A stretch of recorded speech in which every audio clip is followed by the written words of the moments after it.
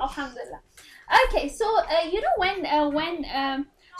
when we procrastinate, we keep that for tomorrow. We say it's going to be happening tomorrow, and normally the things we don't like tend to have more chances to procrastinate. There are some time when we like the things, even then we procrastinate, but mostly the things which are hard for us, we likely to procrastinate. For example, if I'm not a good cook, I might procrastinate cooking. If I'm not a good cleaner, I might procrastinate cleaning the household. If I'm not a garden, maybe my garden is shabby and I'll say, well, tomorrow I'll do, if it is a sunny day, and that sunny day will never come in my life, isn't it? Okay, or if I'm not a good driver, I will postpone my monthly, weekly shopping because I don't want to drive, isn't it? Or if I am not a good shopper, then again, so procrastinating normally happen when people don't like something. Yeah, when people like something, then they tend to have that energy within themselves that I want to do it, isn't it? Okay, I'm sorry I'm taking you out from Islamic point of view, but I'm going to go back in there, inshallah, in a minute. Okay, now what happened is, at that time when we are procrastinating, actually our brain goes in two different ways. Yeah, so there are two people within us. One person was saying, you have to do this assignment, you have to do this work, come on, do it. So there is one good one, yeah. So angel one is saying, come on, do it, you have to do it, it's better, you should do it today. And then there was an evil which is sitting here, a shaitan or whatever, said, don't do it today, do it tomorrow. How many of you actually have had this experience while doing salah, especially? The salahs, you know? We all Muslims, as Muslims, we struggle. Yeah? We all struggle. Yes, we do sometimes, well, we do not sometimes, we do 5 prayers, but then that is also, what is the quality? Yeah? So we do 5 times first, maybe sunnah, maybe nafil left behind, maybe the beauty, the quality of the salah which should be there, it's not there because on the prayer mat I'm thinking about all the things. Oh, I need to do this thing. Oh yes, this is the I want to. So everything is coming in front of me because the evil side is putting everything on the top of my table. That complete your salah. Come on, you have other things to do, and I'll do assalamu alaikum rahmatullah, assalamu alaikum, and let's go. And I might don't do those things in any way, but at that time my left part, my other side of personality is talking within myself. So it's a self-talk going on between two of us. Yeah, normally it's very strange that always the evil thing. Always, yeah, because we always procrastinate, we always in pajamas. If we don't like cooking, or we always don't cook, we have to cook, but we cook very limited. If we are not good cleaners, we always struggle with the cleaning. If we are not good drivers, we always, so always our bad side win. Now I'm going to tell you why the bad side always win, yeah, but in a minute. Think about another situation. If Queen Elizabeth, now I was thinking about talking about Holy Prophet and that, but I thought let's talk about something which really can happen now. So if, let's say, you get a phone call from Her Majesty Queen Elizabeth and she's coming in this area and there is chances that she can visit few houses, and you might have this feeling that I could be the one, the lucky one. Yeah. What you're going to do right now? Be presentable. In my house, everything is complete. We are not sitting here, first of all. We are not going to sit here. We're going back home. We are going to make sure all our day routine is changed. We are not going to go for any other commitment except looking for this. Yeah. At least from the window, she's coming in my, area at least, isn't it? I might have a camcorder or mobile to make a video. I might have that. Or I might present my children very nicely and I say, you go outside, at least I don't go, but you.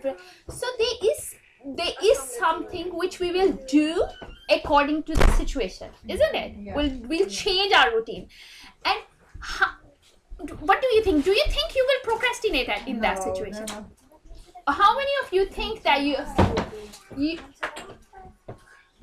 Okay, do you even think that you will procrastinate in this situation? The queen is coming, she's visiting the area within your area. Maybe she's coming to your school, Hillingdon Primary School, and she might be visiting this area, and you could be one, you know, the selected one, the lucky one.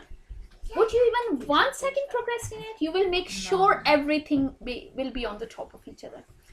Now, this is a kind of another a way of dealing with the procrastination, which I'm going to tell you. This is not a positive, by the way. It's not positive in a way. It's not that Queen Elizabeth coming is not positive, but it's a kind of a way to deal with the real pressure. Like, for example, if I'll give you a situation which you always have, I think so, experienced in your lifetime. If you have an exam of 2 hours or 3 hours, going back to India, Pakistan, Bangladesh, we always used to give the exams. But never mind, even here, if you're having a GCSE exam or any exam, you're sitting for 3 hours. Can you procrastinate and sit and lay there yarning for 3 hours? Can you do that? You would not. We will make sure we'll try to, and at the end our hands are, oh my god, aching, but we have to give our 100% in the exam. This is a negative way of putting our pressure on to give a result. A research has been happened recently in which they have actually they have made 2 groups. One group has a plenty of time to do a task, and the other group has a limited time. Tomorrow you have to submit this essay. The people who had a plenty of time, they have never done it. Yeah. The people who had next day, they have done it, they passed. Now the plenty of the time people, they haven't done it. The rest of them who have done it, they never passed. Because sometimes our brain has to work under the pressure. Yeah. Now, I'll come back to this point also. I'll link with Islam, how it's happening in Islam, yeah, how it works in Islam. So we have a kind of Islam is a religion about psychology. Allah is a creator. He knows how our mind works. That's why Allah has given us the idea of hell and heaven together. He didn't give us the heaven and plenty of life and ever because He knows it will never happen. So He gave us the other side. I can take your life away in 1 second. So that is a pressure, isn't it? So that pressure of plenty of time is not there. We are sitting in exam. You all are. Your ancestors were. My ancestors. And our next generation is going to be. So we are coming in the exam. We are sitting for exam for how many years we are. And we are going out. Then there is another generation coming, doing the same thing, going out. So this exam, isn't it? And this examination center requirement is no time, means no time allocated for you, but any time can be a second, isn't it? Secondly, the second requirement is that Allah has given us the pass and fail. That fail, how? Pass, Jannah, isn't it? So Allah has created us, so Allah has made our psychology, and He is dealing with us in that way because He knew other way is not going to work. So subhanallah, the research which has proven now, right, He has done so many years before, isn't it? Hundreds of years before. Okay, now let's go back in again our reflective bit. Another reflective bit. I want you all to close your eyes now again. I know this time this is a lot of reflective bit, but close your eyes. You can do it even opening your eyes, but that's fine, up to you. 5 years back, on 24th of February 2011, where you were actually.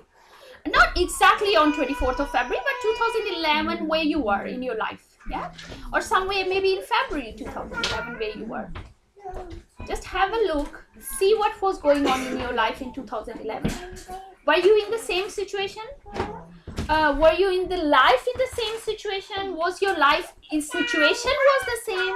Or was your life itself was the same? It was very hard. Nothing was the same. Nothing was the same itself because you are no more in the same age. First test for a woman, isn't it? Because I'm no more sweet 16, isn't it? So I'm no more sweet 16. I'm now old and much more mature lady. My children grow older. If I have children, alhamdulillah. Even if I don't have the children, my situation change, isn't it? If I wasn't married, I'm married now. Yeah, maybe my life was, I don't know, your life was easier then or harder then. So most of the people, when they become nostalgic, they find the life was bed of roses at that time and not right now bed of roses. But it's always difficult and good as well. Now coming back on the life now, and can you close your eyes and think about 2000, now 21, so exactly 5 years later. Can you imagine your life the same like you have now?